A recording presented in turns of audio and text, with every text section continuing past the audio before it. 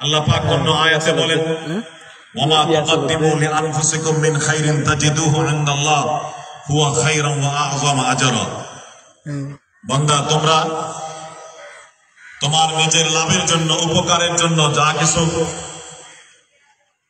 নেক আমল করবে, এই সবগুলোর প্রতিদান আমি আল্লাহর কাছে অবশ্যই পাবে। এবং হুয়া খায়রু ওয়া আ'যামা আজরা, যা আমি আল্লাহর কাছে পাবে তা হবে উত্তম এবং তার পুরস্কার হবে মহান। তাই আমরা সবাই এই বিষয়ে বেশ কম আলহামদুলিল্লাহ জানি, নতুন করে আর বেশি বলার প্রয়োজন নেই। এই মোবারক দিনই কাজের মধ্যে আমরা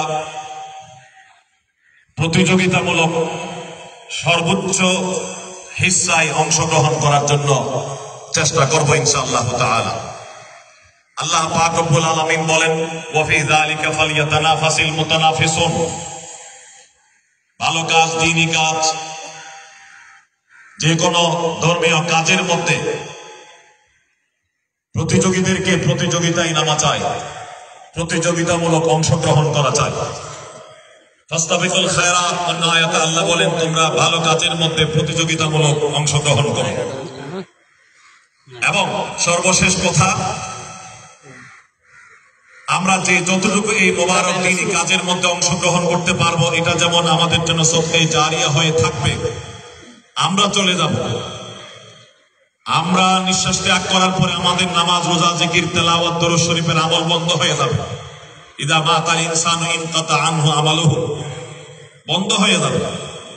কিন্তু সদকায়ে জারিয়া যা আমরা রেখে যাব, তার সওয়াব আমার রূহের মধ্যে পৌঁছতে থাকবে। কিয়ামত পর্যন্ত এই সওয়াব আমার রূহের মধ্যে পৌঁছতে থাকবে। এবং আমরা যারা এই মোবারক কাজের মধ্যে অংশগ্রহণ করতে পারবো, মনে করব আমরা ধন্য। বিশ্বাস করব আমি আল্লাহর দ্বীনের ইহসান করি নাই, বরং আল্লাহ আমাকে ব্যবহার করে আমার উপরে ইহসান করেছেন। তাজুল আউলিয়া বিখ্যাত বুজুর্গ শেখ সাদি রহমতুল্লাহ আলাইহি বলেছেন, মিন্নাত মনে কে খেদমতে সুলতা হামি কুনি, মিন্নাত শানাস আজু কে বখিদমত বদাস।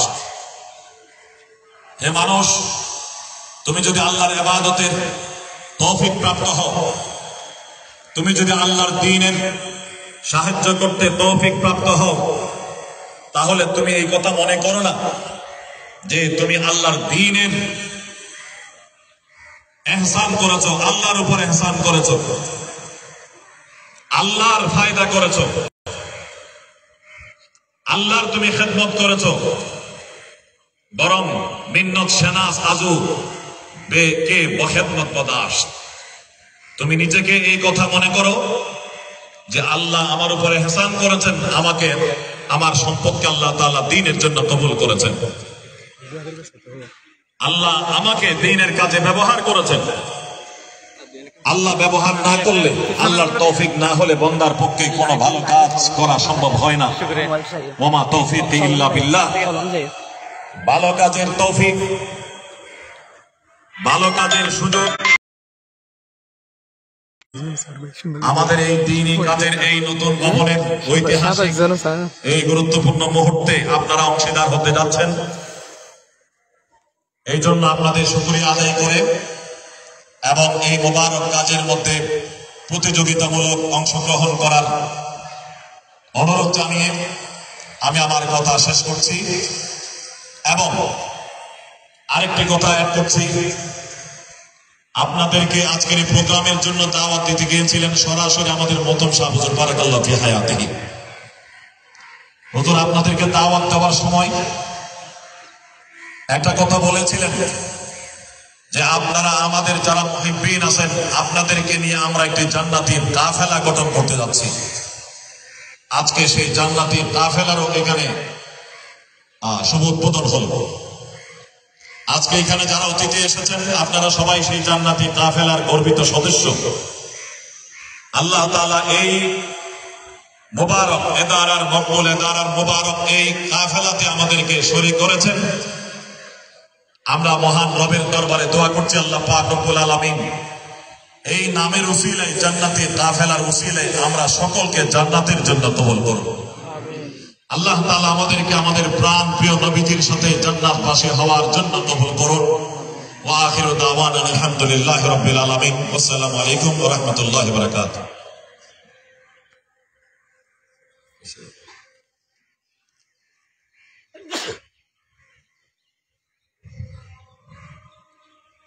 ইনশাআল্লাহ আজকে জোহরের নামাজ 1:30টায় হবে, 1:15-এর জায়গায় 1:30টায় হবে, 1:30 হবে।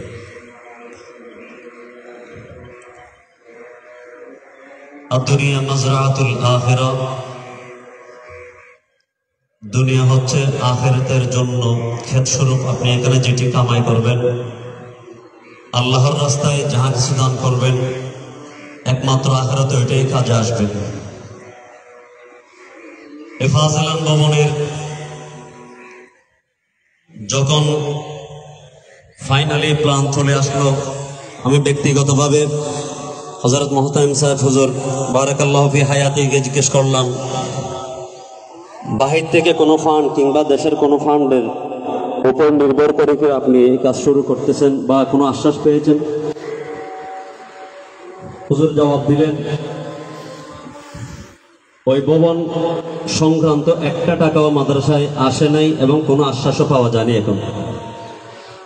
কিন্তু ছাত্র সংকুলন না হওয়ায় যেই রুমের মধ্যে 8 জন থাকার ধারণ ক্ষমতা, ওই রুমে 10 জন 12 জন পর্যন্ত ছাত্র দিতে হচ্ছে, যেগুলো অনেক কষ্টসাধ্য হয়ে যাচ্ছে।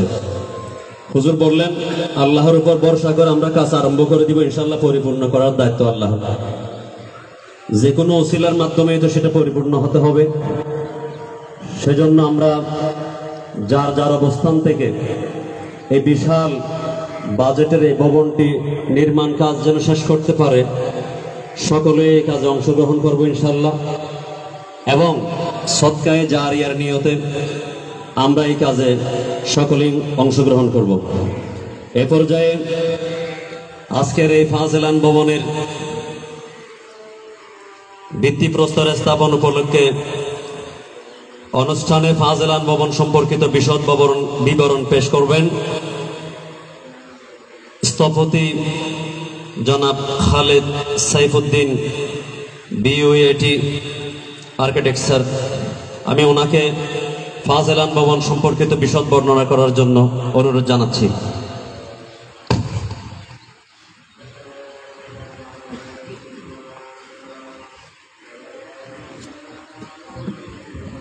আসসালামু আলাইকুম। আমি খুবই সৌভাগ্যবান যে আমি এখানে আসতে পেরেছি।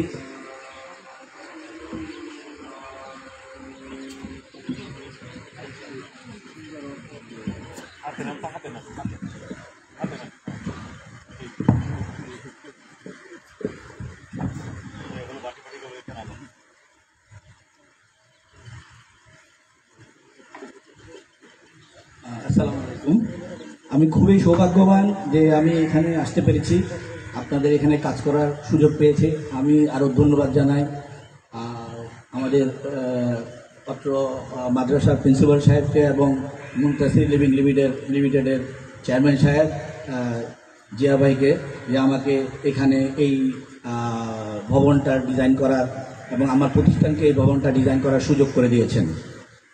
আচ্ছা, আমি প্রথমে এই ভবনের কনসেপচুয়াল কিছু কথাবার্তা বলি। যে ভবনটা 8 তলা ভবন। ভবনটার দিকে খেয়াল করলে দেখবেন যে ভবনটা আমরা চেষ্টা করেছি যে যেহেতু পশ্চিম দিকে ভবনটা, এই ভবনের চেষ্টা করেছি আলো বাতাস যাতে পর্যাপ্ত পরিমাণে থাকে, আলো বাতাস যেন পর্যাপ্ত পরিমাণে থাকে।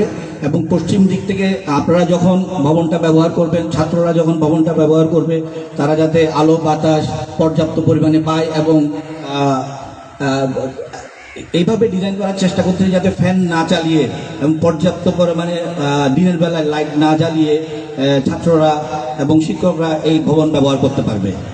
ভবনটার দিকে খেয়াল করে দেখবো যে দুই পাশে আমরা দুইটা স্তম্ভ আছে, যে স্তম্ভটা আমরা শিক্ষকদের চিন্তা করেছি, যে শিক্ষকরা যে ছাত্রদেরকে ধরে রাখে বিল্ডিংয়ে, মাঝখানে ছাত্ররা বিল্ডিং রুম ফ্ল্যাট রুমগুলো ব্যবহার করবে এবং শিক্ষকরা যে দুই দিক থেকে বিল্ডিংটাকে ধরে রাখবে, সেই কনসেপ্টটা এখানে প্রতিফলিত হয়েছে। আমি বেশি দীর্ঘায়িত করব না। ভবনটা 4 তলা বিল্ডিং, 8 তলা ভবন। 8 তলা ভবনের মধ্যে উপরের 6 তলা ছাত্ররা ব্যবহার করবে, আর নিচে অফিস এবং অন্যান্য নামাজের স্থান বা অন্যান্য প্রশাসনিক ভবন এইগুলো থাকবে। হ্যাঁ, আর বিশেষ কিছু বলার নাই। এরপরে আমাদের সিভিল ইঞ্জিনিয়ার সাহেব ভবনের অর্থনৈতিক ব্যাপার স্যাপারগুলো এবং কস্টিংয়ের ব্যাপার স্যাপারগুলো নিয়ে বলবেন। আমি এই বলে এখানে ধন্যবাদ জানাচ্ছি এবং শেষ করছি। সবাই আমার জন্য দোয়া করবেন যাতে আমি সুন্দরভাবে ডিজাইনটা ফুটিয়ে তুলতে পারি। আসসালামু আলাইকুম।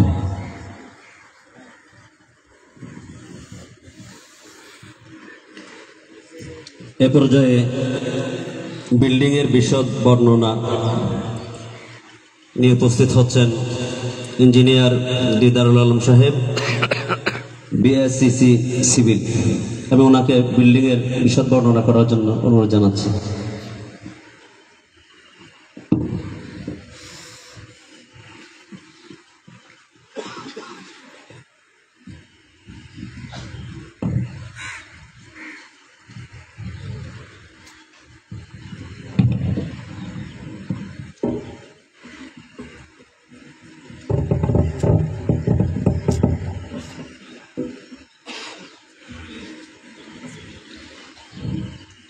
আসসালামু আলাইকুম ওয়া রাহমাতুল্লাহ।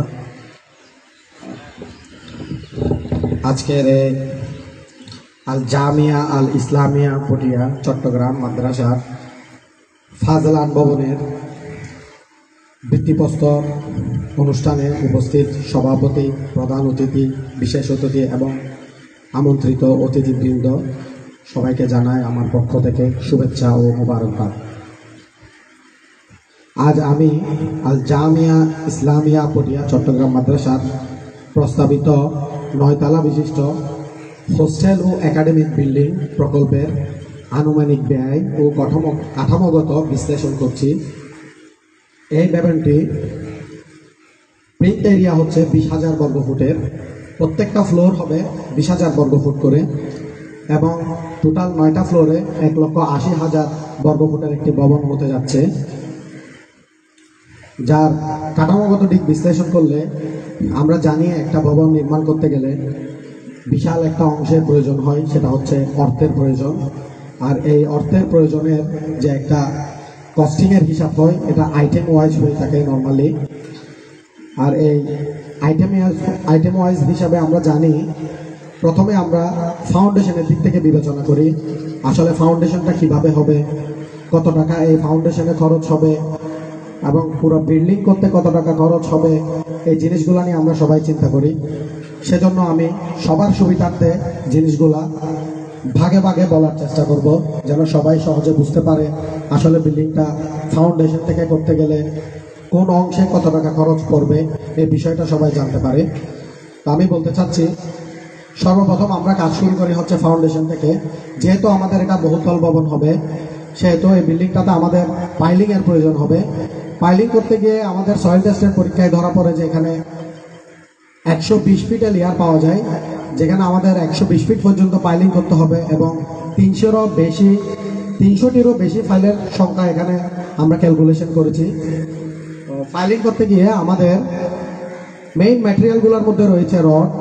এই রিবারটা আমাদের প্রয়োজন হবে 380 টন এবং সিমেন্ট প্রয়োজন হবে 23,500 ব্যাগ, বালির প্রয়োজন হবে 54,000 CFT, আর বোল্ডার চিপসের প্রয়োজন হবে 90,000 CFT, যার টোটাল খরচ পড়বে আমাদের 7,40,30,000 টাকা। পাইলিংয়ে আমাদের খরচ হবে 7,40,30,000 টাকা। আমরা যদি ফাউন্ডেশন ফাইল ক্যাপ থেকে বিল্ডিংটা কমপ্লিট করতে যাই, একতলা পর্যন্ত যদি আমরা কমপ্লিট করতে যাই, তাহলে আমাদের খরচ হবে ফাইলিং এবং একতলা পর্যন্ত সম্পূর্ণ কাজ শেষ করা 80,25,000 টাকা, যার মধ্যে রয়েছে, যদি আমরা একতলা থেকে কমপ্লিট করতে যাই তাহলে আমাদের প্রয়োজন 260 টন রড, পাইলিং এর পরে আরো 260 টন রডের প্রয়োজন হবে এবং সিমেন্ট প্রয়োজন হবে 10,500 ব্যাগের। তারপরে আমাদের বোল্ডার চিপসের প্রয়োজন হবে 23,000 CFT। আরো অন্যান্য আনুষঙ্গিক জিনিসগুলো রয়েছে, যেখানে এসএস রেলিং, উইন্ডো, মেইন ডোর, তারপরে থাকবে আমাদের সিভিল ওয়ার্কার বিল। এখানে প্রায় 4 কোটি টাকারও বেশি সিভিল ওয়ার্কারের বিল আসবে। আমরা যদি পুরো বিল্ডিংটা কমপ্লিট করতে যাই, একদম 9 তলা পর্যন্ত যদি সম্পূর্ণ শেষ করতে যাই, তাহলে আমাদের দেখা যাবে টোটাল কোয়ান্টিটিতে আমাদের দাঁড়াবে খরচ 41,81,81,000 টাকা আনুমানিক, যেটা আমরা বর্তমান বাজার দরের উপর নির্ভর করে করেছি। এখানে আমাদের প্রয়োজন হবে, প্রধান যে আইটেমগুলো রয়েছে তার মধ্যে প্রয়োজন হবে রড, যা হচ্ছে 1580 টন, বিশাল একটা অ্যামাউন্ট, 1580 টন রড, এবং সিমেন্ট প্রয়োজন হবে 62,000 ব্যাগ, এবং ইটের প্রয়োজন হবে আমাদের 21,81,000 টাকা। এই এস্টিমেট প্রস্তুতের ক্ষেত্রে বাস্তব বাজার দর, নকশাগত প্রয়োজন, নির্মাণ গুণগত মান, 3টি বিষয় সমন্বয় করে এই বাজেটটা নির্ধারণ করা হয়েছে। তাছাড়া প্রকল্পের কাজ বাস্তবায়নের সময় উপকরণের দাম ও সমমূল্যের পরিবর্তন হতে পারে, যা ভবিষ্যৎ সময়ের সাথে সামঞ্জস্য রেখে সামান্য পরিবর্তনযোগ্য। আমি বিশ্বাস করি এই ভবনটি বাস্তবায়িত হলে তা শিক্ষার্থীদের আবাসন ও একাডেমিক কার্যক্রমে এক মাইল ফলক হবে এবং প্রতিষ্ঠানের মর্যাদা আরো বহুগুণ বৃদ্ধি পাবে। এবং আমাদের প্রকৌশল পরামর্শে ইনশাআল্লাহ ভবনটি নির্মাণ করার আমরা চেষ্টা করব। আপনারা আমাদের জন্য দোয়া করবেন। এই বলে আমি আমার বক্তব্য শেষ করতেছি। আসসালামু আলাইকুম ওয়া রাহমাতুল্লাহি ওয়া বারাকাতুহু।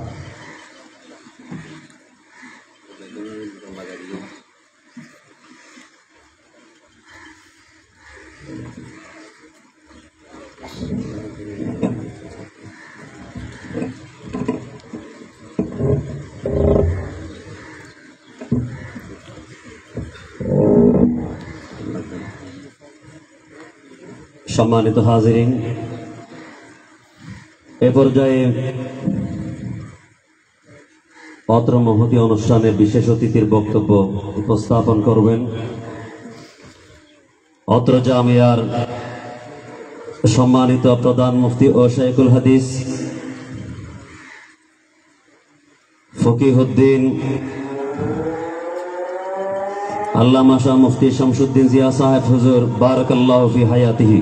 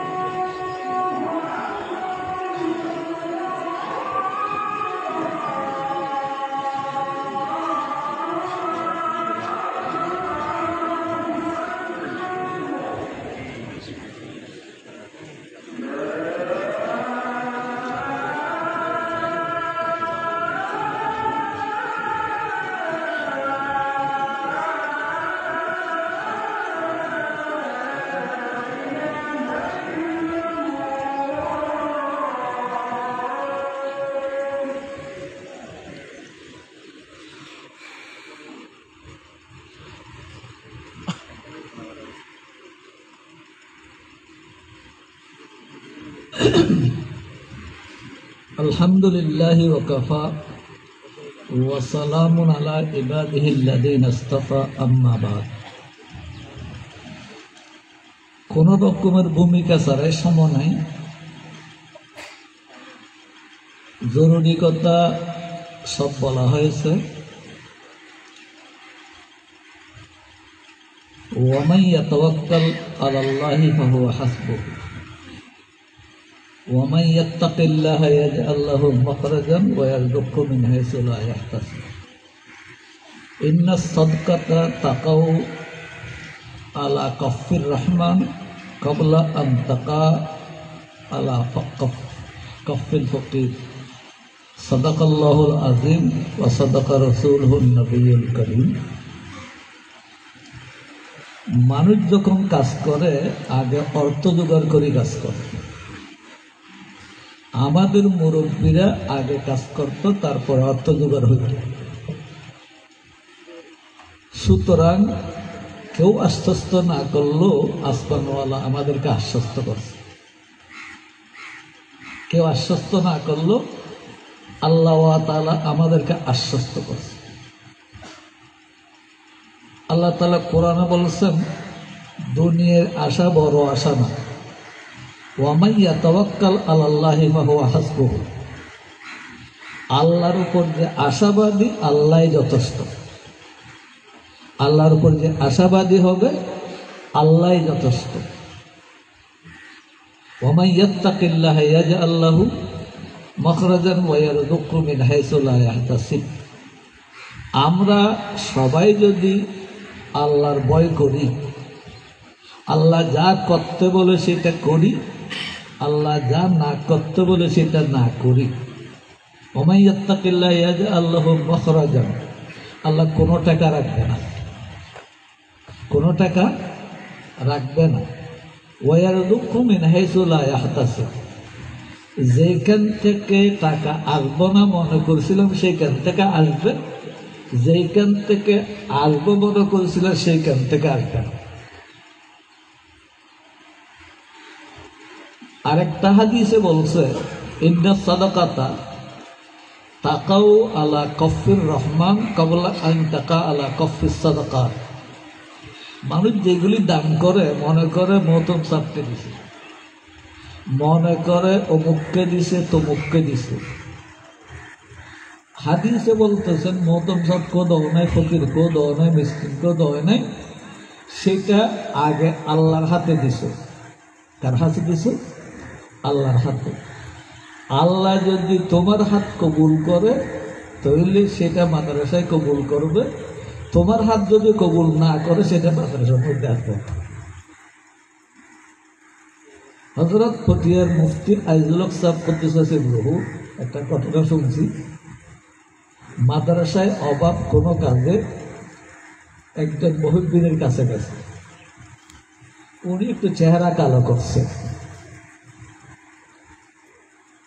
হুজুর বলে, ভাই আমার এই মাদ্রাসার জন্য কোথার থেকে আসবে, কিছু মানুষের লিস্ট আছে আমার কাছে, লিস্ট আছে। লিস্ট এটা আমাকে দেওয়া হয় না, এটা আল্লাহর কাছে আছে। আমি মনে করেছিলাম সেই লিস্টের মধ্যে তোমার নাম আছে, এই জন্য তোমার কাছে আসছিলাম। এখন তো মনে হচ্ছে ওই লিস্টের মধ্যে তোমার নাম নেই। ওই লোকটা হুজুরের পায়ে ধরছে। কি ধরছে? হুজুরের পায়ে ধরছে। তো সেই জন্য দেখতে হবে কার লিস্টিতে আছে। এইটা ভবন কি দিয়ে হবে, লিস্ট আছে, কিন্তু কার নামটা লিস্টে আছে না আছে সেইটা আল্লাহ জানি, আমরা কেউ জানি না, আমরা কেউ জানি না। ইংরেজ আমলের একটা ঘটনা, কাসেম নানাতুবি রহমতুল্লাহ আলাই জীবিত আছে। গোয়েন্দা পাঠাইছে একজন ইংরেজ, এখানে অস্ত্র ট্রেনিং দেওয়া হয়, এখানে তালেবান আছে, আল কায়দা আছে, এটা রিপোর্ট করার জন্য পাঠাইছে। বলে ঠিক আছে তুমি থাকো, 3 দিন মেহমানদারি করছে।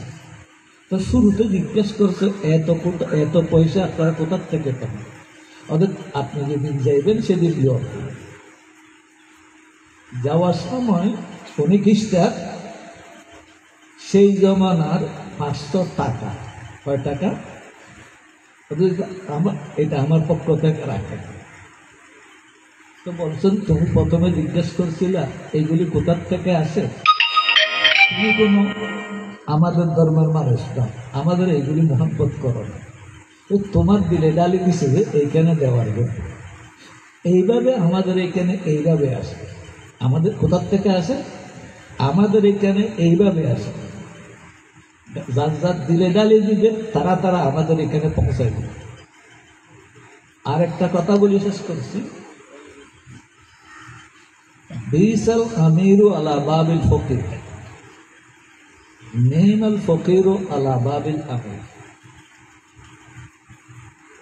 এইটার আমাদের বুজুর্গরা এইটার অনুবাদ করছে, ওই আমির আল্লাহর কাছে গ্রহণযোগ্য, যে গিয়ে গিয়ে টাকা পৌঁছাই দেয়। অর্থাৎ আমাদের মুরব্বীরা বলে, আয় আল্লাহ, আলমুল আমাদেরকে বড়দের দরজায় দরজায় নিয়ে এলমের ইজ্জতি করিও না, এলম তোমার সিফত। বড়দেরকে আলমুল মাদ্রাসা মসজিদের দরবারে আনি, তাদেরকে ইজ্জতের তাজ পরাইব, তাদেরকে ইজ্জতের তাজ পরাইব। আশা করি ইনশাআল্লাহ চেরাগে মুখ বলা হারগিজ নবীর। এইগুলি মুফতি আইনুল্লাহ সাহেব রহমতুল্লাহ আলাইহ, এটা এখলাস পূর্ণ, এইটা কোনো রকমে জীবিত থাকবে। আগর গীতি সরাসর বাদ গিরত চেরাগে মুখ বলা হারগিজ নবীর। যদি পুরা দুনিয়ার মধ্যেই তুফান চলে, কিন্তু মোখলেস ওয়ালারা যে বাতি জ্বালায়, ওই তুফানে ওই বাতিকে জ্বালাইতে নিবাইতে পারবে না। এটা মুফতি আইজক চৌধুরী কুদ্দুসুর এখলাস, আরও যারা গেছে সবাইয়ের এখলাস। সেই জন্য ইনশাআল্লাহ এটা বাড়তেই থাকবে। এটা যত্নকি দবা হোগে একদাহি উবরতাই রেহেগা। যত এটাকে ছোটো করতে চাইবেন, এতই সেটা উঠতে থাকবে। আল্লাহ তাআলা সবাইকে তৌফিক দান করুক। যাদের যাদেরকে আল্লাহ হাত কবুল করছে, আল্লাহর হাতে দেওয়ার জন্য। এখানে মাদ্রাসায় দিচ্ছেন না, আরশের মধ্যে একটা ব্যাংক আছে, কি আছে? ইন্টারন্যাশনাল ব্যাংক না, এটা ইন্টারন্যাশনাল ব্যাংক, আরশ ব্যাংক। ঠিক আছে, আরশ ব্যাংক। এইখানে দেওয়া মানে কোথায় দেওয়া? আরশে ব্যাংকে দেওয়া। আল্লাহ তাআলা সবাইকে তৌফিক দান করে। জাযাকাল্লাহ।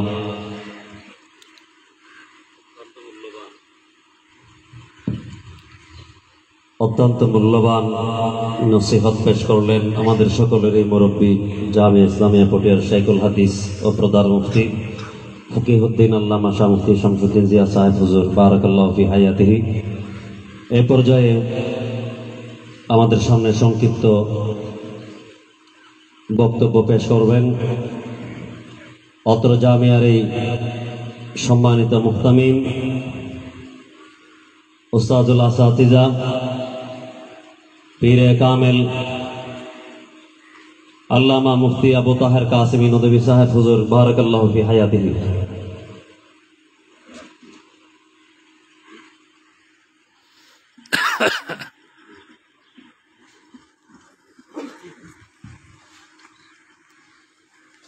বিসমিল্লাহির রহমানির রহিম। নাহমাদুহু ওয়া নুসাল্লি আলা রাসূলিল কারীম। মান লাম ইয়াশকুরিন নাস লাম ইয়াশকুরিল্লাহ। আলহামদুলিল্লাহ, বিভিন্ন অঞ্চল থেকে আমাদের মুহিব্বিন হযরত এখানে তাশরীফ আনছেন। আপনাদের সকল আদায় করার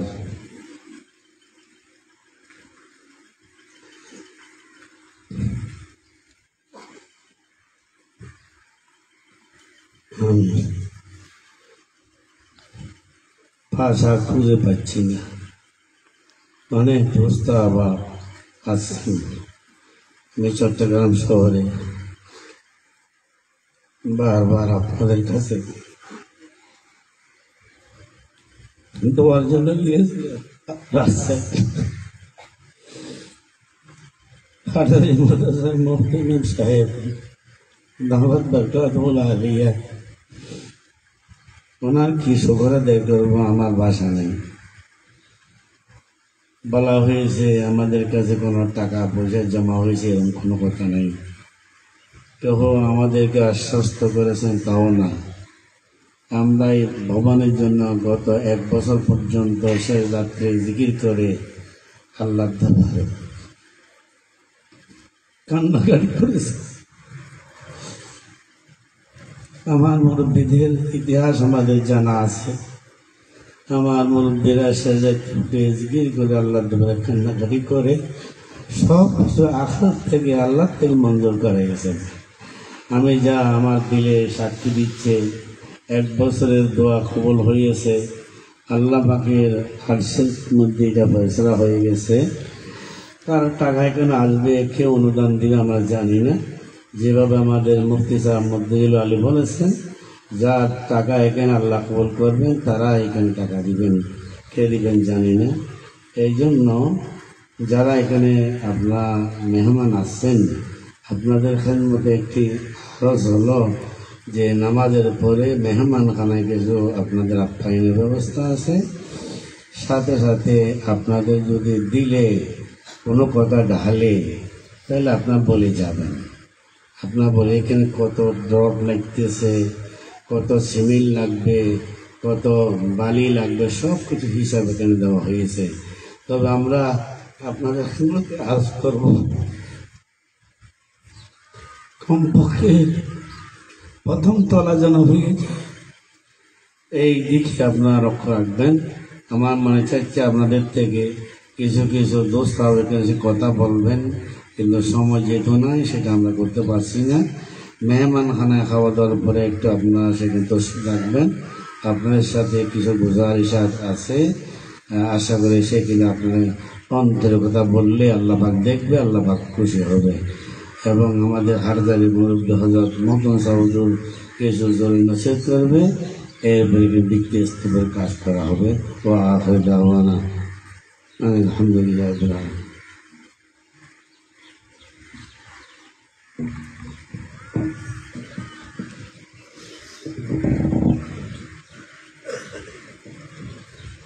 আলহামদুলিল্লাহ, আমরা আজকের উপস্থিতি এবং যে সমস্ত মেহমান আমাদের মাঝে এসে উপস্থিত হয়েছেন, আমরা জামিয়ার সমস্ত ছাত্র এবং শিক্ষকদের পক্ষ থেকে আমরা এটুকুই আশা করতে পারি, মহান আল্লাহ পাক যাদেরকে কবুল করেছেন, যাদের অনুদান কবুল করার আল্লাহ পাক ইচ্ছা করেছেন, আমাদের ধারণা সুধারণা হচ্ছে আল্লাহ পাক ওনাদেরকে আজকে এখানে উপস্থিত করেছেন। এই পর্যায়ে আমাদের সামনে আখেরি নসিহত পেশ করবেন উপমহাদেশের অন্যতম দ্বীনী শিক্ষা প্রতিষ্ঠান উম্মুল মাদারিস জামিয়া আহলিয়া মঈনুল ইসলাম হাটহাজারী চট্টগ্রামের সম্মানিত মুহতামিম ওস্তাদুল উলামা হযরতুল আল্লাম মৌলানা মুফতি খলিল আহমদ কুরাইশি কাসিমি সাহেব হুজুর বারাকাল্লাহু ফি হায়াতিহি। হুজুরের বয়ানের পরে আমাদের প্রস্তাবিত এই বিল্ডিং এর ভিত্তিপ্রস্তর স্থাপন হবে। প্যান্ডেলের পিছনে যে ফলকটি করা হয়েছে সেখানে আমাদের নতুন ভবনের ভিত্তিপ্রস্তর স্থাপিত হবে। এরপরে আমরা নামাজের জন্য মসজিদে চলে যাব ইনশাআল্লাহ। 1:45-এ জোহরের নামাজ অনুষ্ঠিত হবে। নামাজের পরে মসজিদেই সম্মিলিতভাবে মোনাজাত হবে। আমরা সকলে সেখানে উপস্থিত থাকবো ইনশাআল্লাহ।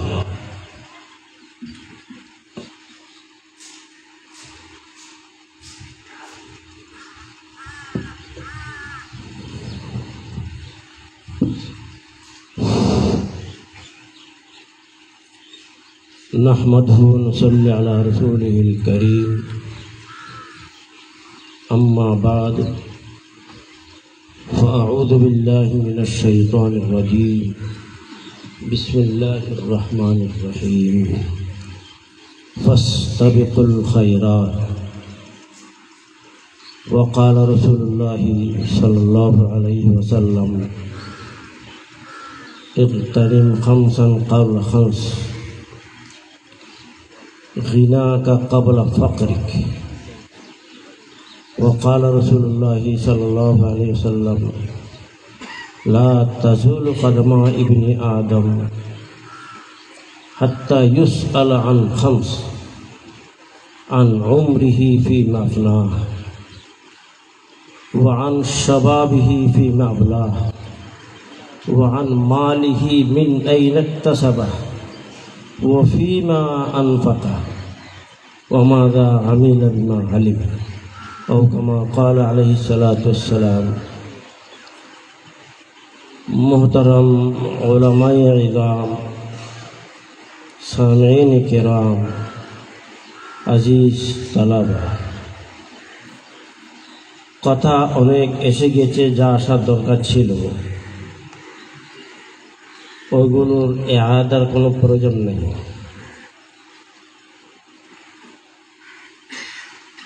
একটা কথা বারবার মনে আসতেছে। এক শায়ের এক জায়গায় বলেছে,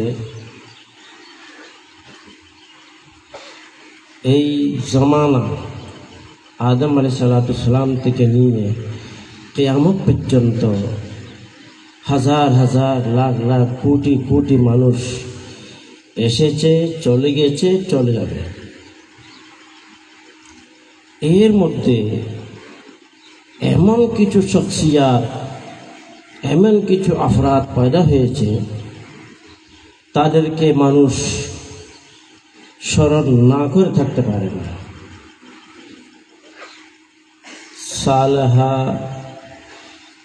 সালাহাতর কাবাবু বুতখানা মিনালত হায়াত তাজ বজমে ইশকে একদার নায় রাজায়ত বরুন।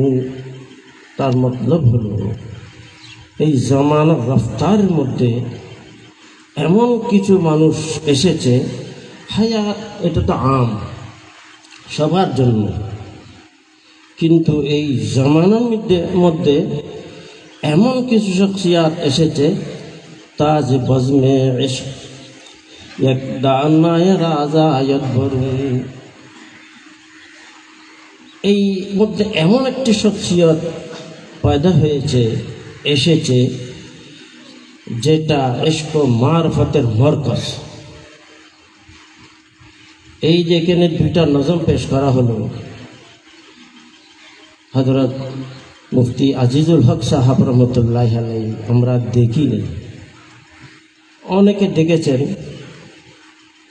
আমি ওনার ব্যাপারে, আমি তো বাহরহাল দেশে ছিলাম না, 32 বছর ইন্ডিয়াতে ছিলাম, কিন্তু ওনার ব্যাপারে অনেক কিছু শুনেছি,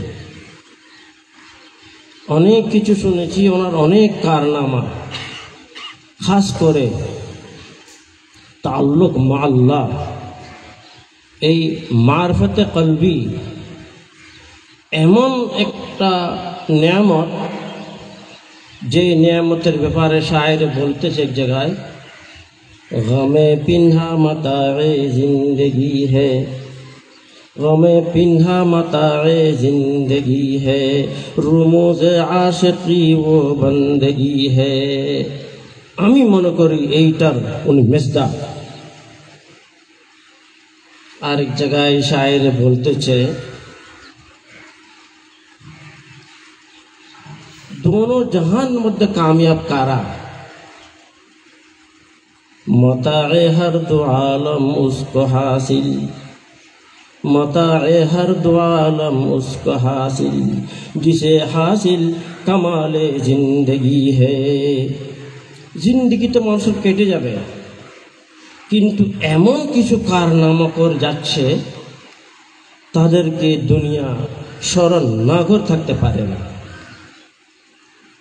আসুরু বিআন্নানি সাঈশু মাইতান, আসুরু বিআন্নানি সাঈশু মাইতান, বিহি ওয়াসুনি মুত্তাহাইয়া। আমি মৃত্যু হয়ে গেছে, আমার মৃত্যু হয়ে গেছে, তারপরে আমি খুশি, আমি জিন্দা। কেমন করে? আমি এমন কারনামা আঞ্জাম দিয়েছি যে কারনামার কারণে আমাকে মানুষ স্মরণ করতে থাকবে। আসরু বিআন্নানি সাঈশু মাইতান বিহি ওয়াসুনি ইন মুত্তাহাইয়া, আমি জিন্দা, আমার মধ্যে এমন কোনো উল্লেখযোগ্য কাজ নাই যেটা আমাকে স্মরণ করবে।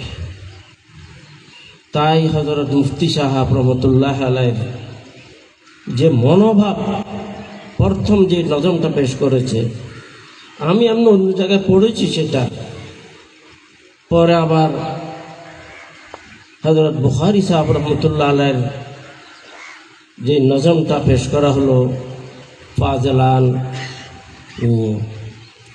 এই ফাজিলান ভবন যেটা হতে যাচ্ছে, দেখেন হযরত বললেন কোনো বাজেট নাই,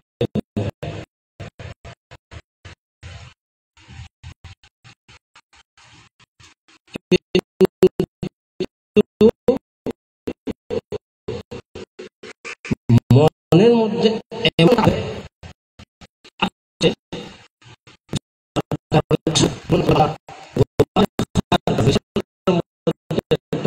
ছিলেন मंजिल मगर जानिबे मंजिल मगर लोग साथ आते गए और कारवां बनता गया। इंशाल्लाह হবে, আল্লাহর উপরে আমরা পুরোপুরি বিশ্বাস রাখি। তারপর আমি অনেক মেহমানরা এসেছেন, তাদের উদ্দেশ্যে একটা কথা বলি, বেশি লম্বা কথা বলার দরকার, সব এসে গেছে। মানুষ যদি দুইটা কাজ করে দূরের থেকে যেতে পারে, বড় ধরনের কামিয়াব। দুইটা কাজ, একটা হলো আল্লাহকে রাজি করে যদি যেতে পারে, আল্লাহকে সন্তুষ্ট করে যদি যেতে পারে, সেই বড় কামিয়াব। আরেকটা হলো খারাপ মত থেকে যদি বাঁচতে পারে। খারাপ মত মানে কি? খারাপ মতের কয়েক সুরত আছে। এক সুরত হলো বেঈমান হয়ে দুনিতে গেল, বড় খতরনাক অবস্থা। আরেকটা হলো ঈমান সাথে গিয়েছে কিন্তু কিছু ভুল ত্রুটি হয়ে আছে, সেটা ওটার থেকে হাজার তুলনা ভালো যে বেঈমান হয়ে দুনিয়া থেকে যাবে।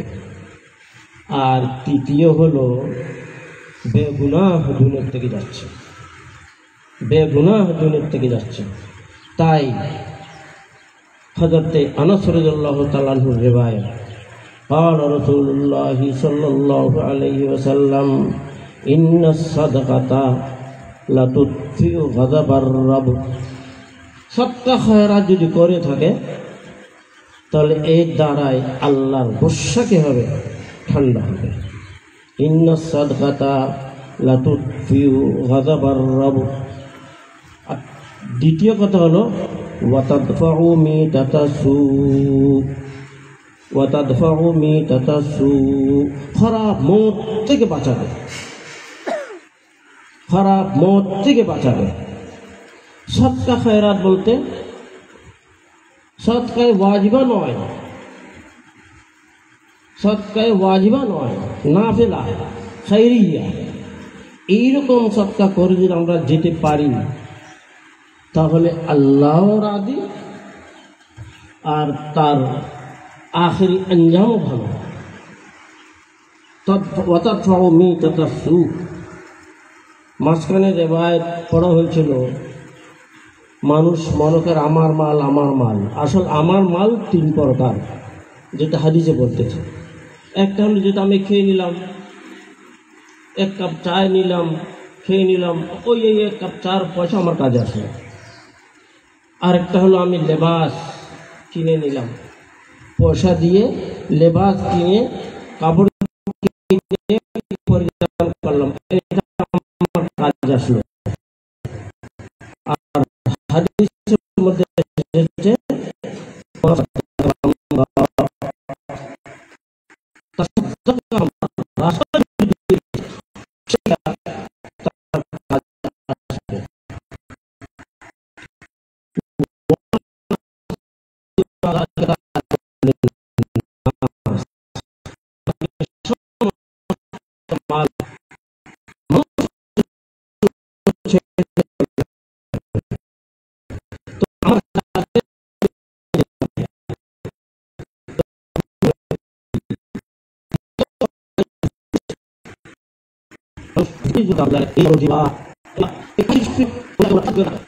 কিয়ামতের দিন আল্লাহ তাআলা যখন ওনাকে জিজ্ঞেস করবে কি করেছ, সবগুলো সাক্ষী দিবে।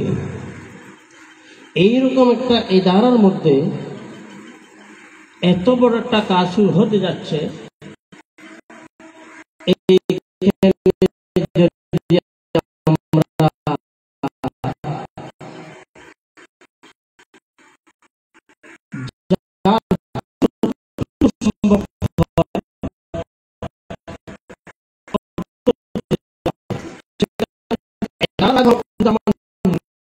নিজের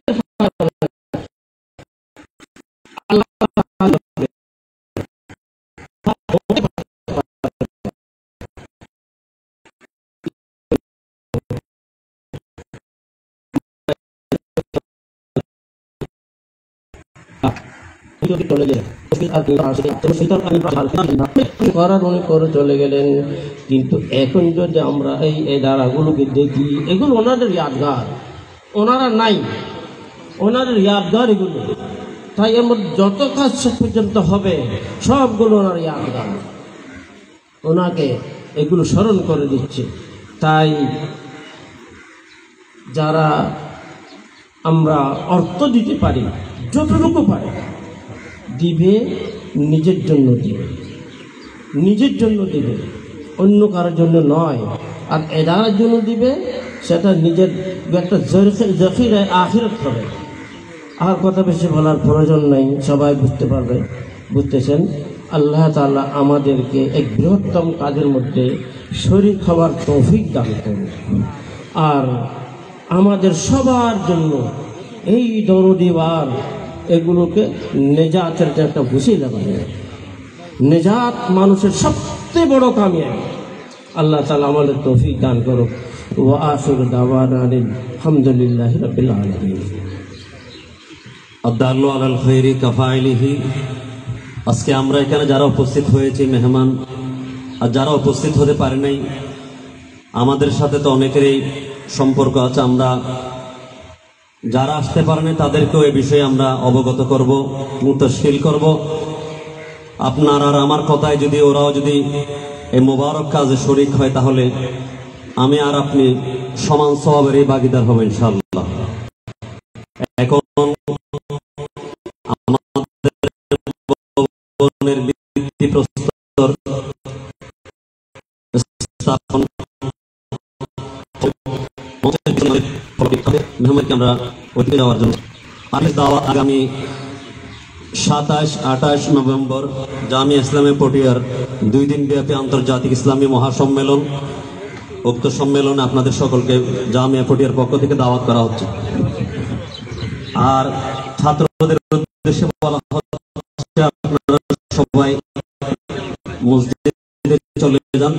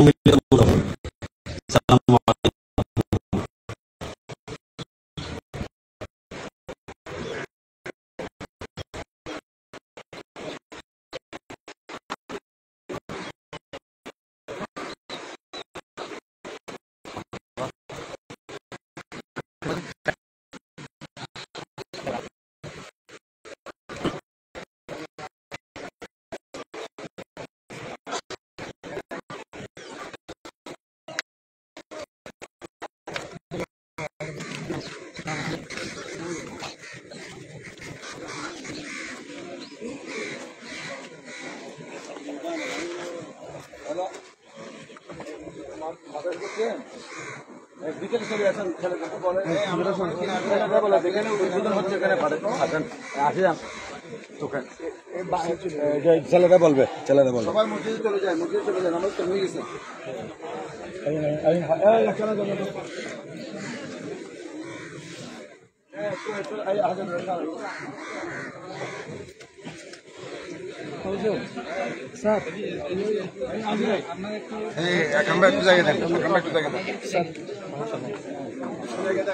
এইদিকে একটু আকাম একদিকে জায়গা দেন, একটু পিছনে।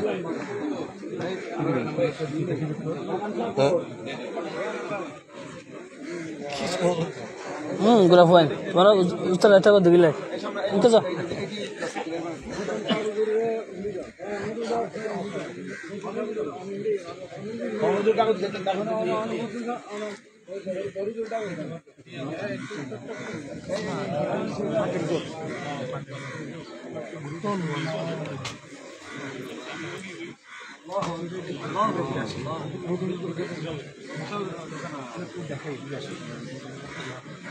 আপনার আমরা সামনে থেকে স্যার